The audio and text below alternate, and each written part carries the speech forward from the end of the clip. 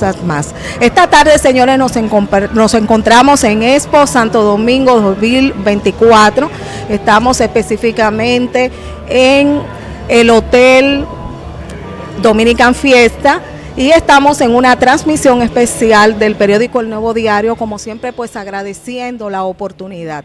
El día de hoy, señores, tenemos un tema muy profundo. Hoy nos vamos al mundo del duelo y vamos a tratar un mix de temas relacionados al duelo, reflexiones sobre el duelo. Para tratar este mix de temas tan interesantes relacionados al mundo del duelo, tenemos el día de hoy dos invitadas muy queridas por nosotros. Me refiero a la doctora Luceta Fernández. Ella es la directora de la Sociedad Dominicana de Logoterapia y Tanatología. También el día de hoy nos acompaña la licenciada Arelis Peguero. Ella es tanatóloga y logoterapeuta, y con ambas vamos a tratar este mix de temas tan interesantes relacionados al mundo del duelo. Buenas tardes, ¿cómo están? Bienvenidas a su casa. Buenas tardes, querida, ¿cómo estás? Bueno, feliz porque estoy aquí contigo con El Nuevo Diario, gente a la que quiero muchísimo, esa es la verdad, que siempre me invitan para dirimir estos temas, que yo entiendo que hacen una labor maravillosa, y tú, Crismeli, que haces una labor maravillosa a través de estos micrófonos diariamente. Gracias, querida, por la invitación. Buenas tardes, muy agradecida también de la oportunidad que me brindan a través de mi compañera Luceta, y a ti también por traer a la luz un tema que usualmente no es tocado en los medios y que hay mucho recelo en cuanto a poderlo abordar. Para mí, de verdad, un inmenso honor y placer tener la oportunidad esta tarde. Pérdida no tiene que ser necesariamente un pariente que se haya fallecido, puede ser que yo tenga una discapacidad, que pierda mi salud, que pierda un miembro de mi cuerpo, que me jubile, que una relación finalice, que puedan cancelarme de mi trabajo, entre otras tantas. Estoy viviendo un proceso de pérdida y ahí entro en un proceso de duelo. Luceta.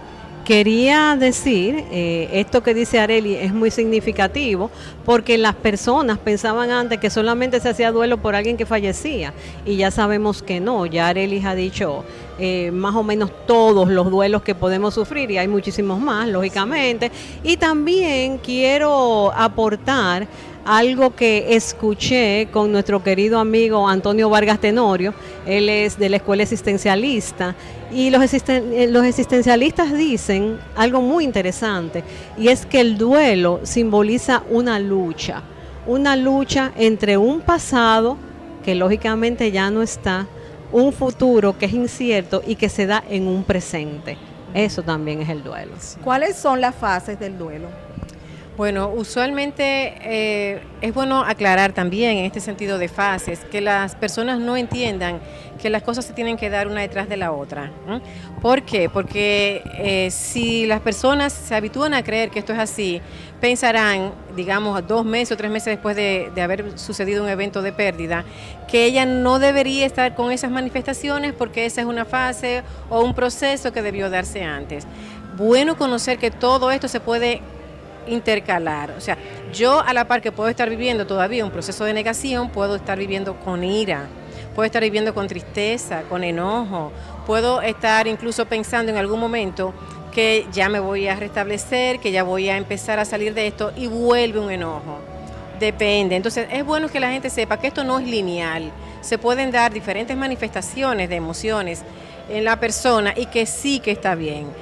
Importante también destacar que circunscribirnos a veces, como suelen hacer las personas, a un elemento de tiempo puede ser también difícil para quien lo está viviendo, porque usualmente lo que hacemos es que descartamos la vivencia de la persona a partir de escalas numéricas de tiempo o de procesos que ya deben de haberse superado, y realmente no es así. Con relación a las fases que uno vive, está, por ejemplo, la negación. Y se dice que la negación es un elemento importante, que uno de entrada no lo entiende, pero es un protector del cerebro. ¿Por qué? Porque yo no estoy quizás en ese momento en la capacidad de aceptar algo que para mí no tiene como explicación. Entonces, niego lo que está pasando para darle un poquito de tiempo a mi cerebro a que pueda adecuarse a esa realidad que para mí es dura, es difícil. Continuamos, Luceta. Sí, eso es así. Entonces, importante recalcar eso que ha dicho Arelis, que las fases no son lineales. Y sobre todo, Arelis, antes de proseguir con la fase, recordar esos consejos que nos dan los familiares y los amigos. Sí. Pero ¿y por qué tú estás así todavía? Porque yo cuando perdí a fulanito, ¿verdad? O cuando perdí el trabajo, o cuando me separé, yo a los 2 meses ya estaba igualita. Entonces, eso es importante. Entonces, esa fase de negación que dice Arelis, viene una fase emocional donde las emociones típicas del duelo son tristeza, rabia y culpa, pero pueden aparecer otras emociones como la frustración, la impotencia, ¿verdad? O sea, todas esas emociones, la rabia que pueden arroparnos, esa es la verdad. Entonces también está una fase de negociación. Generalmente esa fase se da cuando hay un diagnóstico, o tanto propio como de algún familiar, que empezamos a negociar con Dios, con la vida, a hacer promesas, etcétera, etcétera. Una fase de depresión y luego la aceptación, que según Elizabeth Kubler-Ross, ahí es que termina el duelo. Pero interesante es, Arely, que Kubler-Ross dice eso, y sin embargo William Worden, cuando habla de las 4 tareas del duelo, comienza por la aceptación. Entonces eso depende mucho de los autores. Sí, es bueno también esa parte que ustedes acaban de compartir con nosotros, cuando algunas personas dicen, pero ¿por qué esta persona todavía está sumergida en esta tristeza tan profunda? Cabe señalar que cada duelo es único, cada duelo es distinto. Exacto. Cada duelo es personal, y por tal razón quizás las herramientas que yo poseo no son las herramientas que posee otra persona. Y todos, absolutamente todos, Arelis, desde tu punto de vista, tenemos herramientas para ese momento tan doloroso que es vivir una pérdida, un duelo. Yo digo que el ser humano viene equipado con un conjunto de herramientas, de habilidades, de sabiduría, que muchas veces no logramos potencializar ni conectar con ellas. De ahí que cuando a una persona se le hace difícil, por ejemplo, transitar este proceso de duelo, acuda a un especialista para poder conectarlo con esto que tenemos dentro, porque no es el especialista el que te va a hacer a ti transitar el duelo de una manera diferente, es la activación de eso que llevas tú dentro. También quizás la forma de abordar lo que decía Luceta. Estoy con ira, estoy con culpabilidad, que son de los sentimientos más potentes en el duelo. Cuando todo esto se puede normalizar, mira, esto es normal, esto es así que pase, o sea, se da en la mayoría de los casos, tú no estás viviendo nada fuera de lo común. Otro elemento también es que pasa en este proceso, es que la gente piensa en algunas circunstancias que se puede estar volviendo loco, porque te dice a ti, pero es que yo lo escucho, yo lo he visto, o sea, sí, eso forma parte de esa adaptación a esa realidad que es cruel y dura para mí, el yo aceptarlo. Entonces, todos tenemos herramientas. Qué bueno es también que la persona sepa que además de mis herramientas internas, el contar, por ejemplo, con esa red de apoyo, ese círculo social, es vital. O sea, la parte ambiental juega un papel importante, además de lo que yo puedo tener dentro. Porque si yo tengo herramientas para poder transitar este evento, y encima de que yo estoy transitando un duelo, me viene otra adversidad, digamos, se me muere un pariente muy cercano, pero sufro un accidente, o estoy en un proceso de divorcio, o sea, se me unen tantas cosas que va a llegar un momento en que yo puedo colapsar, pero ahí está mi red de apoyo. Ahí están las personas que forman parte de ese mundo vincular y emocional, prestas para ayudarme, para asistirme. Y si necesita ayuda psicológica la persona, porque definitivamente ni con la red de apoyo sale adelante, pues sencillamente se busca. Exacto, y ahí está la importancia, como digo yo, que siempre lo digo en buen dominicano, de no vivir como la mala res, o sea, apartado de todo el mundo, porque sí, va a llegar un momento en la vida en que vamos a necesitar de esas personas, de esa mano en el hombro, de esa tribu de sostén que nos va a acompañar en esos momentos difíciles.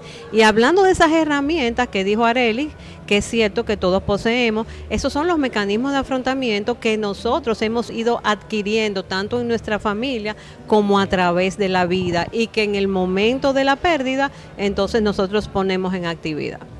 Hay una parte, y es lo relacionado a el duelo reprimido, cuando una persona pues no se da como ese permiso de sentir de vivir realmente los sentimientos, enojo, ira, culpa.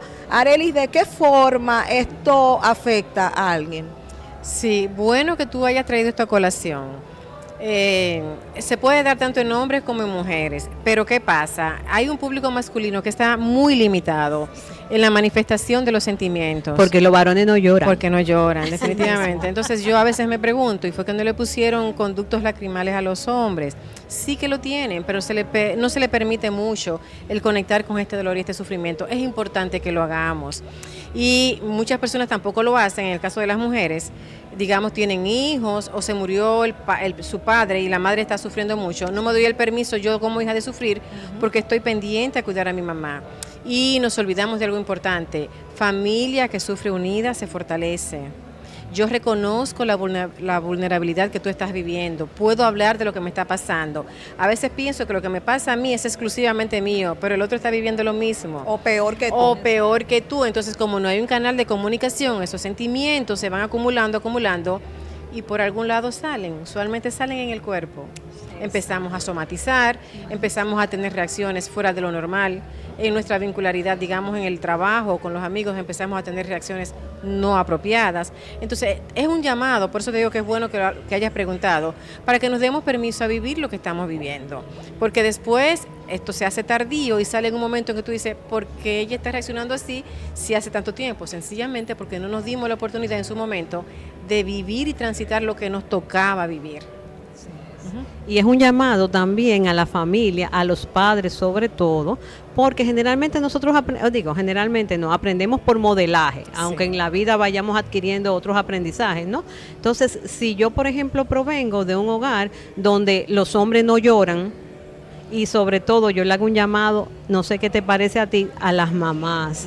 Porque nosotros las mamás muchas veces caemos en eso. Mira, tú no puedes llorar porque tú eres varón y los hombres no lloran. ¿Y qué van a decir la muchachita cuando te vean? Entonces el niño va creciendo con esto, con ese chip aquí adentro. Y cuando llegan momentos así, ¿qué sucede? Entonces no tiene la debida, en este caso, expresión emocional ante lo que está sucediendo. Pero ¿qué resulta? No necesariamente tampoco la persona tiene que echarse a llorar, porque como acabamos de decir, todos los duelos son individuales y únicos. Entonces cada persona va a vivir el duelo también a su forma. Así es. Sí, yo quiero saber desde el punto de vista de cada una de ustedes, desde su experiencia, ¿cuál es el duelo más difícil de superar?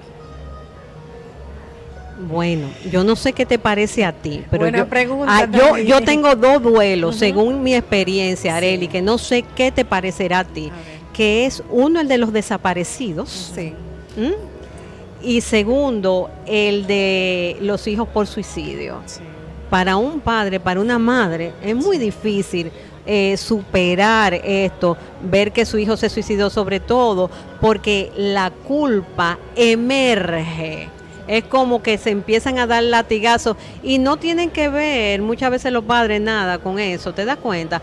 Pero es una tendencia de nosotros los seres humanos, y el de lo desaparecido es difícil porque es que es un duelo ambiguo, tú no sabes si está vivo, si está muerto. Sí, sobre todo porque la persona pues siempre, Luceta, descansa con la esperanza de que esa persona va a llegar, va a tocar la puerta, va a regresar, entonces es difícil poder cerrar. Déjenme comentarles que ayer estaba escuchando una persona de algo que sucedió aquí hace 10 o 11 años, un muchacho que desapareció y todavía a los 11 años su mamá lo está buscando. La última vez que lo vieron, él estaba caminando en una playa, pero es lo que ella dice, a mí nadie me dice que mi hijo se ahogó, pues yo no tengo el cuerpo. Nadie, o sea, él salió de su casa, fue a Puerto Plata y la última vez que lo vieron caminando fue por la playa. Entonces ella todavía sigue buscando a su hijo o el cuerpo de su hijo. Claro. Sí. Arely, ¿tú? Sí, yo coincido con Luceta también. Esos son dos duelos que son muy complejos. De hecho, el duelo ambiguo se ha trabajado de manera aparte, porque antes no se visibilizaba como se está haciendo ahora, tal y como tú dices. O sea, como yo no tengo el cuerpo, yo puedo estar esperando que me toque la puerta, que regrese. Esperanza. Y en el corazón del pariente, lo último que se pierde es la esperanza, sobre todo cuando tú no tienes una constancia física de que la persona definitivamente falleció. Por eso también que son tan importantes los procesos funerarios. ¿Por qué? Porque aunque la persona todavía está en negación, ahí está el cuerpo. Se están haciendo rituales, me están abrazando para acompañarme. Es diferente a que desaparece y nunca se sabe qué pasó. No, y estoy viendo un cuerpo. Sí. Un cuerpo que lo van a enterrar en la Sí. tierra o que lo van a cremar. Entonces ahí es diferente. Sí, es muy duro. Hay una parte y es lo relacionado a lo material. Nosotros los seres humanos, por esencia, por naturaleza, somos apegados a lo material. ¿Hasta qué punto podemos hablar de dolor, de situaciones difíciles para poder afrontar un duelo por pérdida material, Luceta? Cuando tú dices pérdida material. Me refiero a dinero, me refiero a trabajo, me refiero a recursos, a negocios, etcétera. Bueno, mira, lo que pasa es, por ejemplo, en el duelo por pérdida laboral, ¿qué significaba ese trabajo para ti? ¿Qué cubría ese trabajo para ti? Porque si esa era tu única fuente de ingreso y lo pierdes, lógicamente es muy doloroso. Incluso la autoestima de la persona se puede ver afectada. Entonces son muchas connotaciones que hay ahí. Imagínate tú también en los países nuestros que cuando tú pierdes el trabajo y pierdes la entrada y pierdes ese estatus social, el entorno no te ayuda. Entonces por eso es que el duelo tiene también una connotación social, porque como decía Cicely Sanders, duele la sociedad y su forma de ser. Y vienen todos esos comentarios que muchas veces se hacen, muchas veces no es por dañar, por ayudar, pero lo más que hacen es desayudar, ¿no? Así es. Yo pienso realmente que la parte material sí da paso a la vivencia de duelo, porque nuestro hacer se basa o se manifiesta a través de lo material. O sea, todos mis pensamientos que son abstractos, la manera de yo sentir, se tiene que manifestar necesariamente a través de mi cuerpo físico. Entonces, es valioso mi cuerpo, es valiosa mi casa, es valioso mi vehículo con el que me traslado, es valioso un anillo que me haya dado mi madre. Eso es valioso, es importante, hay un valor. Y si yo lo pierdo definitivamente, voy a vivir un proceso, dependiendo lo que haya sido. Personas que se le inundan sus casas, que se les queman sus casas, que pierden sus casas, por la razón que sea, viven un proceso de duelo y eso hay que reconocerlo. ¿Por qué? Porque se está modificando en ese momento lo que era lo conocido para ellos en términos de vida. Entonces, es empezar de nuevo, sabrá Dios bajo qué circunstancia. Entonces, lo material sí tiene un impacto y es bueno que eso se reconozca. No es que yo me esté apegando a cosas superfluas materiales. Eso material que es valioso, que forma parte de las cosas importantes en mi vida, yo tengo que reconocer que definitivamente si las pierdo, voy a tener un impacto y el que está a mi lado también. En el tema del trabajo, por ejemplo, si aquí en nuestro país, la pérdida, por ejemplo, la jubilación, para no poner el caso de la pérdida del trabajo. En la jubilación muchas personas lo transitan de manera muy inadecuada. ¿Por qué? Porque primero, sabemos que hay una determinada edad en que ya nos vamos a jubilar. Pero si yo siento el quehacer de mi vida sobre un solo pilar, en este caso el trabajo, no desarrollo otros pilares como la familia, los amigos, el conocimiento, hobbies que a mí me gusten y me apasionan.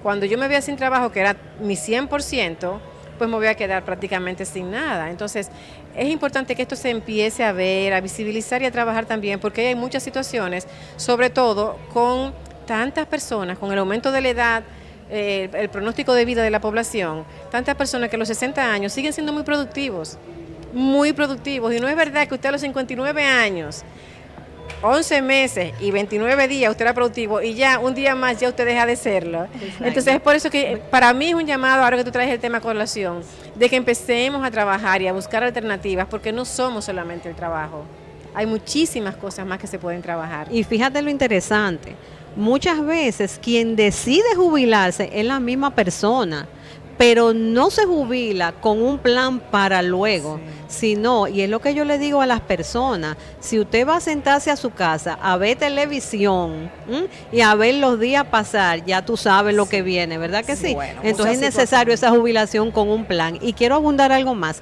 Me encanta que Arelis toque el tema de la corporalidad, porque el cuerpo es el centro de la experiencia. Entonces, por eso es también que el duelo es un dolor total. Sí. porque el cuerpo también recibe su parte. Sí, así es. Sabemos que cuando nos dan un diagnóstico médico poco favorable o catastrófico, esto también trae como consecuencia duelo. Quiero que Arely me explique esa parte relacionada cuando están estos diagnósticos médicos que no son muy favorables. Sí, y más en la medida en que se incrementan enfermedades catastróficas. Eso es terrible. Yo le exhorto a la población, a las personas que están viviendo esto, un diagnóstico es un diagnóstico. Es un diagnóstico. Hay cantidad de alternativas que se pueden hacer para esto. Lo primero es detener un poquito la mente. ¿Por qué? Porque cuando hay un diagnóstico, inmediatamente lo asociamos a deceso, a muerte, a tragedia. Y no es así. Yo suelo decirle a muchas personas, usted está teniendo quizás un diagnóstico desfavorable en este momento, usted va a tener que prepararse, iniciar un proceso. Ciertamente la persona empieza a sentir como que tiene un peso aquí de la muerte, que se le están acabando los días. Y le pongo un solo ejemplo.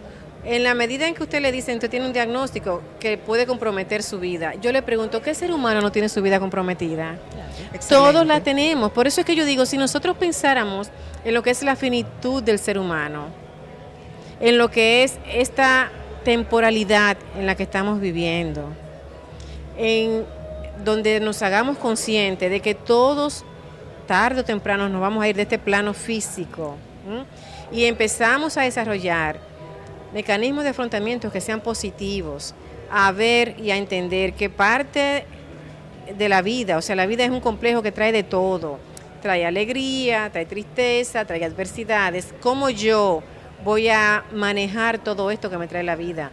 A muchas personas se les suele decir, tú tienes que ser fuerte. No, usted lo que tiene que aprender en la vida es a manejar y a saber que la vida es un constante cambio y que yo me voy a adecuar a ello a partir de lo que yo voy adquiriendo, y también aprender, como decía Luceta y como decía yo, nosotros tenemos herramientas, pero vamos a activarlas. Que si a mí me dan un diagnóstico, no es que se me está cayendo el mundo encima. ¿Cómo yo lo voy a afrontar? ¿Me quedo paralizada? ¿Me quedo con esta indefensión aprendida que muchas personas tenemos? ¿Me quedo en el catastrofismo? O digo, vamos a ver lo que hay, vamos a buscar alternativas, porque finalmente, también lo dijimos hace un ratito, nosotros modelamos a quienes tenemos a nuestro lado. Como mamá tomó una situación difícil o adversa, es mi patrón, así lo haré yo. Ahora, Arely, no sé qué tú piensas. Yo creo que necesita haber un cambio de paradigma, y para eso vamos a tener que hablar mucho. Sí. Da mucha charla y venía muchas entrevistas con la doctora Controversia, porque necesita haber un cambio de mentalidad. Y es lo que tú dices, cuando nos dicen diagnóstico, inmediatamente pensamos muerte, y no necesariamente tiene que ser así. Ahora, cuando aprendamos a ver la muerte como parte del ciclo de la vida y miremos que verdaderamente tenemos límites, porque tenemos límites, aunque nos están vendiendo que no hay límites, tú ves, y eso tal vez lo que hace más doloroso el asunto. Pero sí tenemos límites. Entonces, cuando empecemos a mirar eso y a aceptarlo, sobre todo, yo creo que puede haber un cambio. Ahora, y un punto muy importante, Luceta, esto nos va a enseñar a cada uno de nosotros a valorar más la vida, claro, a vivir y cada momento, cada instante como que fuera el único y el último. Así es. Y aprovechar todo, absolutamente es que todo. es una invitación a vivir, en realidad, aprovechar el tiempo que nos ha sido conferido, sea cual sea. Pero yo quiero aprovechar, Crismeli, no sé si tú tenías otra pregunta, pero no quiero dejar pasar el momento, porque estamos en el mes, celebrando el mes mundial por el autismo. El diagnóstico, ese duelo que aparece por el diagnóstico de un hijo con autismo. Mira, es un duelo que es terrible para los padres, porque ese es el que se cataloga como el de la pérdida del hijo típico, del hijo ideal.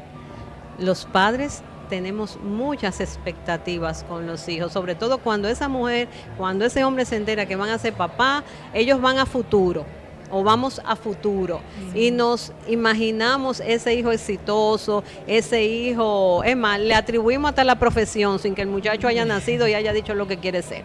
Entonces, cuando llega ese diagnóstico, que incluso ese duelo puede comenzar desde cuando tú empiezas a ver los primeros síntomas, que tú dices, aquí hay algo como extraño, tú sabes. Entonces, cuando ese diagnóstico llega, es muy difícil para esos papás. Y esos padres necesitan obligatoriamente buscar ayuda y buscar orientación. Y aquí, gracias a Dios, ahora mismo hay muchas fundaciones que se ocupan de eso, incluso buscar grupos de apoyo específicos para padres con hijos autistas, que es el TEA, el trastorno del espectro autista, que mucha gente piensa que es una enfermedad. No es una enfermedad, es un trastorno, pero que la verdad es que altera esa expectativa, esa ilusión de esos padres, altera la vida familiar. La dinámica. Tiene muchas connotaciones. Arelis, ¿qué no debe de hacer una persona cuando está al lado o acompañando a alguien que ha perdido un ser querido? Bueno, yo te voy a poner un ejemplo para que tú veas qué detalle más interesante. Yo conozco 2 amigas, a una de ellas se le murió una niña 7 años más o menos, y va su amiga del alma y la consuela y le dice, mire, tenga conformidad, las cosas de Dios hay que respetarla, ya su niña está en otro lugar.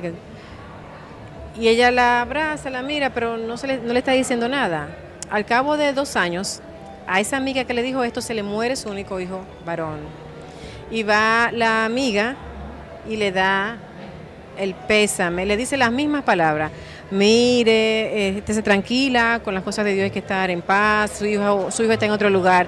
Y ella le dice, ay, pero ¿cómo usted me dice una cosa así? Entonces ella le dice, pero usted me dijo eso mismo cuando se murió mi niña. Entonces ella dice, yo no sabía lo que se estaba viviendo. Entonces, es una exhortación realmente a las personas que dejemos las frases prefabricadas. Abrace mejor a la persona, tóquela, estoy aquí, ¿qué necesitas? Dejemos esas frases que más que hacernos bien, hacen mucho mal, irritan al otro, porque tú no estás conectando con el sufrimiento del otro. Tú le estás dando una receta, una pastillita en palabras que nada va a servir. Claro. Nada va a servir, o sea, dejemos de estarle diciendo a las personas lo que fue nuestra vivencia, lo que yo vi por el otro lado. No. El duelo, ojalá y se quede grabado en las personas, es individual, es único a tal punto de que una persona no vive el mismo duelo repetido en otras circunstancias de la misma manera. Me explico, yo como mamá puedo vivir el duelo de un hijo de una manera y el duelo de otro hijo de una manera diferente. ¿Soy yo la misma persona? Sí, pero son momentos, procesos, circunstancias diferentes en la vida de la persona. Entonces, no hay nada que sea parecido en esto del duelo. Dejemos de estar dando recetas e informaciones que muchas veces alteran y perturban a la persona. Dilo como es. Calladito, usted se ve más bonito. Exacto. Si usted no sabe qué decir, no empieza a decir cosas que no son. Porque claro, yo te voy a decir una cosa. La que más me llama la atención cuando se muere un hijo que no es suyo, ¿verdad? Sí. Dios quería otro ángel en el cielo. Sí. Eso es terrible. Sí, ponemos a Dios en cuestión de que la persona comience a cuestionar. Claro. Ya está enjuiciar. ¿Por qué mi hijo? Exacto. Pero, ¿por qué el mío y no el tuyo, por ejemplo? ¿Por qué mi hijo? Exacto. ¿Cuándo un duelo se convierte en patológico? Bueno, empiezo para que Luceta continúe. Podemos hablar de un duelo patológico cuando la persona prácticamente está privada de retornar a sus actividades diarias, a su quehacer cotidiano, se invalida, por ejemplo, en términos laborales, ya es una persona que ni siquiera se atreve a salir, tener amigos, se retrae, por ejemplo, de tener amigos, las cosas que antes le gustaban ya dejan de gustarle, deja de tener pasión y sentido por la vida, se mantiene o irritada o triste, malhumorada, o sea, cambia totalmente. Y esto también tiene una connotación en el tiempo. ¿A qué me refiero? Si la persona está transitando un duelo difícil, digamos un hijo, tú no le puedes pedir que al mes o a los 2 meses ya esté reintegrada, porque eso es imposible. Ahora, estamos hablando de 3 años, 4 años, o como me dijo una colega en estos días, 8 años que se le murió su hija y la llora como el primer día, ahí es bueno que se busque ayuda. Ha pasado muchísimo tiempo y la persona lo que se ve es que lleva estos 8 años de sufrimiento intenso, que ha dejado de vivir, que ha dejado de mirar a los hijos que tiene alrededor, que muy posiblemente se haya invalidado ella también en su quehacer diario, en su vida diaria, que no disfrute absolutamente nada de la vida, que vea la vida con desprecio, y eso no es bueno en ninguna circunstancia. Exacto. Sí, mira, tú sabes que hay autores que también dicen, como por ejemplo Yalón, Sí. que no hay duelo patológico, aunque nosotros hemos estudiado esto y nos dicen que sí, que hay duelo patológico. Yalón prefiere decir que hay duelo complicado. Bueno, Yalón no. Yo prefiero decir tal vez que hay duelo complicado, que se complican. Yo te digo la verdad, yo estoy incursionando en la escuela existencialista y estoy como viendo ciertos conceptos, pero todo lo que tú dijiste es válido totalmente, porque en realidad patológico complicado, como sea que sea, todo eso que tú acabas de decir es lo que se da. O sea, y las personas pueden caer en una depresión tremenda, que ya no es asistencia ni de un psicólogo ni de un tanatólogo, sino que tiene que intervenir un psiquiatra para ser medicada. Porque también hay que ver las circunstancias en que se han dado los fallecimientos, porque hay factores que pueden complicar ese duelo, definitivamente. Por ejemplo, una muerte súbita. O una muerte, un accidente, exactamente, un accidente automovilístico, por ejemplo, que el cuerpo haya quedado deshecho y esa madre vea ese cuerpo así, o ese padre, ¿te das cuenta? Duelos que se extienden mucho en el tiempo, que usted a los 10 años todavía no ha podido, como dice Arelis, volver a retomar su vida normal, volver a socializar, etcétera, etcétera. Es así. Hay una parte relacionada al duelo amoroso. Para algunos autores dicen que es más difícil que la muerte de un hijo, poder superarlo. ¿Qué ustedes opinan? Yo de plano diré que no. No, yo estoy de acuerdo contigo, no. Y te voy a decir una cosa, incluso, ahí sí voy a ir a lo que tú acabas de decir, sí hay autores que dicen, por ejemplo, que es más doloroso la pérdida del esposo por divorcio que por viudez. Porque por divorcio eso te está lacerando tu autoestima. Pero no creo, al igual que Arelis, que sea más doloroso que la pérdida de un hijo, no. Sí. Ahí habría que analizar, sería importante, los apegos. Claro. La forma o la visión que tiene la persona de la vida en términos de si yo, por ejemplo, sustento mi vida y mi quehacer en esa persona, o lo que sería un locus de control externo, no interno. Habría que trabajar también en lo que hemos dicho ahorita, o sea, reconocer que en la vida hay cosas que sí ahora y cosas que no mañana. Reconocer los cambios, o sea, la vida es un constante cambio. Nos han vendido mucho la idea del para siempre, eso realmente en términos de relaciones, eso no existe. No existe. Tener como todo eso claro, reconocer que sí, yo voy a estar viviendo un proceso difícil, amargo, lo que fuera, pero que yo voy a salir adelante. Entonces, cuando uno se siente fortalecida desde ese punto de vista, esto es insondable, como uno dice, pero yo tengo la esperanza de que allá, transitado este túnel, hay luz. Entonces, cuando usted le dice eso a la persona y empieza a ver otros elementos más allá de esto que usted ha perdido, porque nos quedamos solamente en lo que hemos perdido y no en las oportunidades que estoy teniendo, en quién me estoy convirtiendo. Yo vi hace un tiempo un reportaje, no es pérdida amorosa, pero para que ustedes vean, y yo me quedé como en shock. La señora salió con su esposo a una excursión que siempre hacían todos los años, en el fondo del mar, el esposo le gustaba bucear y todo esto, andaban con los hijos, y era un padre proveedor, pero encargado de todo en la familia. O sea, mamá prácticamente estaba para cuidar a los niños de manera muy amorosa, digamos. El papá se encargaba de todo lo que era operativo en la familia. ¿Qué pasa? El señor tiene un evento buceando y fallece. Esta mujer, de buenas a primeras, se ve con hijos adolescentes que no tenía ella manejo de circunstancias. Algunos de ellos incluso entran en procesos de droga. Ella tiene que empezar a ver con todo el operativo de la casa que nunca se había encargado. Llega un momento en cuando ella se ve así, que ella lo maldice a él. ¿Por qué te fuiste y me dejaste en esto? ¿Por qué tuviste que ponerme a vivir esta experiencia tan drástica? Yo no estaba preparada. Bueno, todos los procesos que se dan de ira, rabia, negociación también, se da tristeza.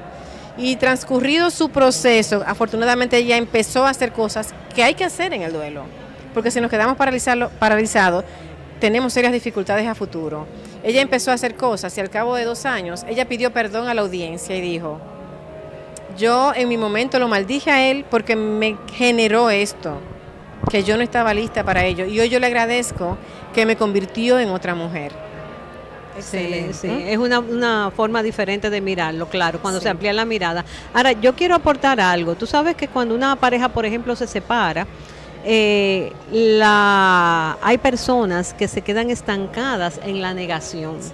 Entonces se quedan ahí, y eso que hace que retrasa ese proceso de duelo, porque se quedan ahí negando y pensando, no, esto es temporal, él va a volver o ella va a volver, esto no va a ser así, tú vas a ver que como siempre nos vamos a arreglar. Y entonces eso hace que el duelo se vaya retrasando. Sí. Existen casos específicos en los cuales la persona quedó con situaciones con la otra, viene un accidente, fallece esa persona y quedaste con tantas cosas que decir, quizás pedir ese perdón. ¿Qué hago, Arelis? ¿Qué hago, Luceta? La verdad es que ella es una entrevistadora bastante profunda, de mucho conocimiento. Qué maravilla, sí, porque las personas piensan, bueno, reconocemos el valor que tiene lo físico, lo corpóreo, pero muchas veces nosotros creemos que es todo y realmente no es todo, porque existen las energías, y me refiero a que si no pude cerrar un ciclo con esa persona, sí puedo hacerlo, independientemente de que físicamente ya no esté.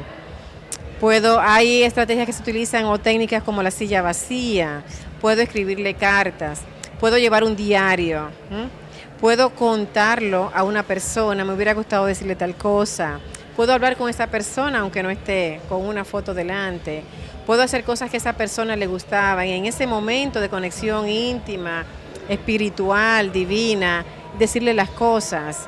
Puedo empezar incluso a hacer cosas que a esa persona le gustaba hacer, y es una manera también de yo disfrutar de ella, aunque físicamente no esté. O sea, hay muchas cosas que podemos hacer que la corporeidad no nos limita para que empecemos a transitarlo y a llevarnos bien con nosotros mismos por el hecho de que no pudimos hacer lo que queríamos.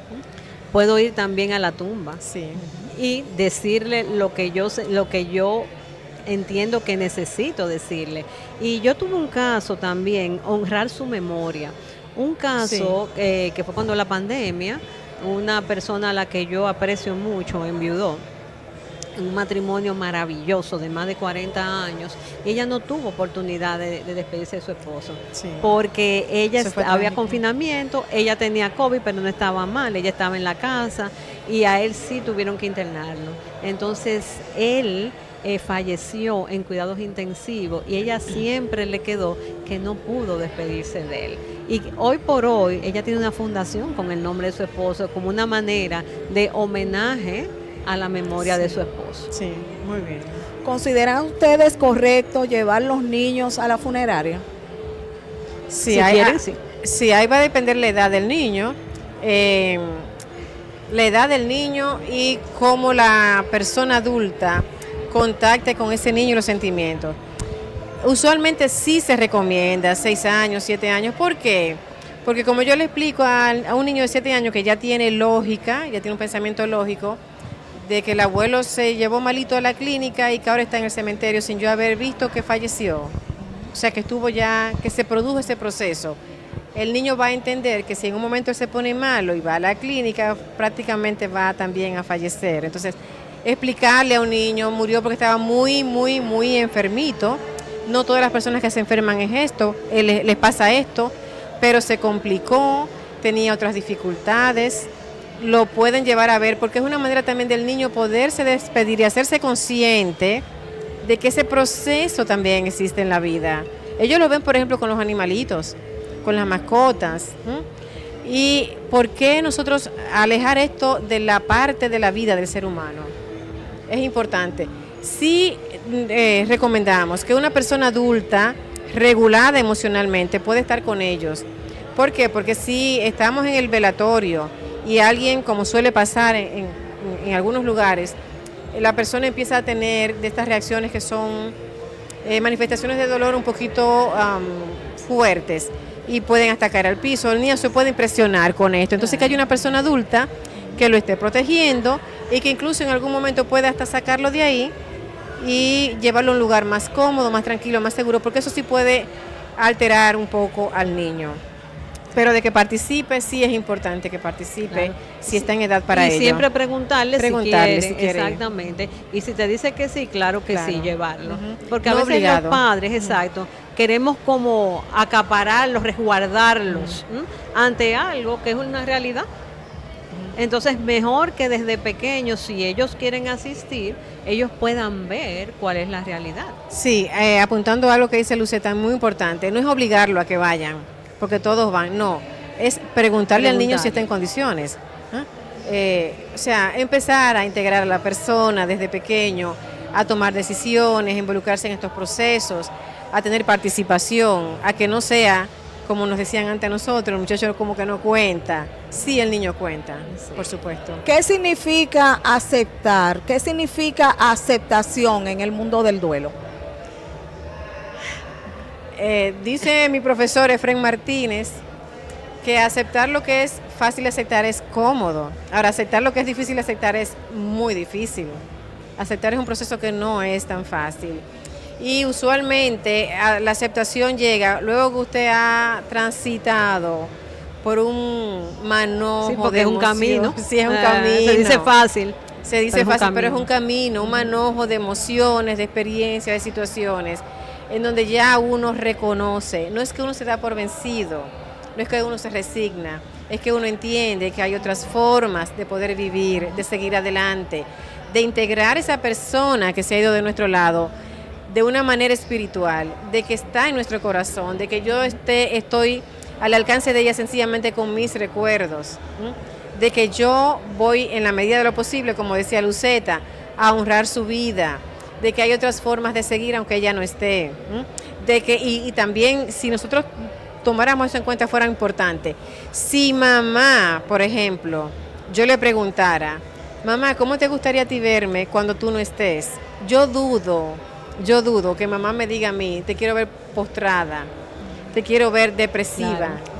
Claro. Entonces, cuando uno acepta que esto es parte de la vida y le da una connotación, transcurrido, ¿verdad?, todo este proceso, una connotación de cambio y de seguir adelante y de valorar todo lo vivido y de reconocer que esta finitud que se dio en esa persona es también mía y que yo debo día a día, minuto a minuto, de no postergar, de dar lo mejor de mí, de reconocer lo valioso que hay en mi vida para con las personas.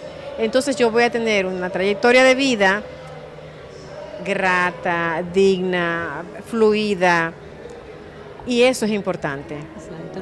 Aceptar es sencillamente decir la realidad es esta. Esta es la realidad, no negarla. Porque al principio, cuando viene el shock inicial, negación y las emociones no ayudan en ese momento. Y en ese momento, por eso es que estamos diciendo, es un camino, porque se dice fácil, pero desde que se inicia el proceso, de que sucede lo que sucede, hasta llegar a tú decir, bueno, la realidad es esta, hay un trayecto que recorrer y que cada cual lo va a recorrer a su manera y en su tiempo. Así mismo. ¿Cómo superar, cómo manejarme en un proceso de duelo de un ser querido, de una pérdida? Bueno, hay que ser muy prudente con la persona y reconocer que esos primeros estadios que estamos viviendo, hay que ser muy paciente, validar a la persona en lo que está viviendo, en lo que está sintiendo. Cuando digo validarlo es que tú no debes de estar así, mira a tus hijos. No descalificarla. Exacto. Porque si se me muere, por ejemplo, mi pareja, con la que yo tengo un vínculo bastante estrecho, en donde ha habido una relación de amistad, de esa filia, de ese eros, de ese cuido también, y estoy criando niños que yo sé que él era fundamental para mí, ¿cómo me van a mí a exigir a la semana siguiente que yo me haga cargo totalmente de esos niños cuando yo no me acabo de reponer de quien ya no está y me acompañaba en ese proyecto de vida? Entonces, validarlo, reconocer que está viviendo un proceso que necesita tiempo, compañía, la mano amiga, el que yo si soy tu amiga no te voy a decir, mira, por tus hijos, hazlo por tus hijos. Yo como tu amiga voy a ver qué tú necesitas, te llevo a los niños a la escuela, ven a limpiarte, puedo llevarlos a las tanda extendida, lo que fuera, tienes ropa para lavar, voy a comprarte la comida, vamos a preparar. Eso es lo que realmente necesita la persona. Hay una parte ahí que quiero tocar contigo, Sí. y es que hay personas que quieren obligar al otro, vamos a salir, vamos a pasear, No. ven que te vine a buscar, No. y no quieren respetar eso. Sí, eso forma parte del respeto a la otra persona, de ese tránsito que tiene que vivir desde su interior. Y si yo quiero realmente ayudar y acompañar, tengo que respetarlo, ser lo más cuidadoso posible. Ahora, la persona poco a poco, ella a mí se me va a entender, transcurrido un mes, contrale, no he peinado a mi niña hace tanto tiempo. Entonces la persona va a empezar a hacer cosas que van a ser pequeñitas, pero que sí van a ser valiosas. Entonces la persona tiene que empezar a hacer cosas, empezar a hacer cosas, porque si nos quedamos frisados, como decíamos ahorita, caemos en una tristeza profunda y luego depresión. Así es que empezar a hacer lo mínimo, pero empezar a hacer, tomar el sol, escuchar canciones que me puedan a mí relajar, conectar con la naturaleza, cosas que sean simples y sencillas, abrazar a mi hijo, hablar de lo que sentimos, hablar de quien falleció, de la persona que ya no está.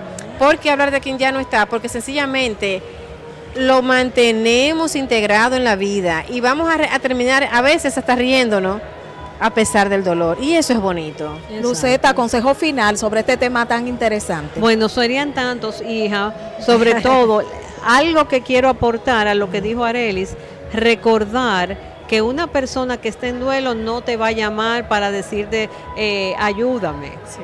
Somos nosotros que necesitamos apoyar a esa persona, claro, sin Respetando el espacio. imponernos, Claro. sin imponernos, sino decirle, mira, yo estoy aquí, como dice Arely, ¿qué tú necesitas? Necesitas que te acompañe al supermercado, necesitas que te haga la compra, pero nosotros dar ese apoyo y recordar ante todo, no dar consejos desde nuestro amor, muchas veces, consejos que definitivamente no son, como por ejemplo el que dijimos, no llores, tienes que ser fuerte. Cuando yo o cuando fulanito pasó por ahí, hacía rato que ya estaba bien. Respetar el proceso de cada persona y sobre todo recordar que es mejor una mano en el hombro de yo estoy aquí que decir cualquier cosa que de verdad no vaya a ayudar. Muchísimas gracias de verdad de todo corazón por compartir con nosotros esta tarde sus grandes conocimientos sobre este tema tan complejo, tan profundo, titulado Reflexiones de Duelo. Gracias. Bueno, señores, hemos llegado al final de esta entrega maravillosa correspondiente a esta tarde. Será hasta el próximo lunes, si papito Dios lo permite. Soy Crismelis Brito Padilla, su doctora Controversia. Continúen con más del Nuevo Diario TV y nos vemos el lunes, mis amores. Bye. Bye.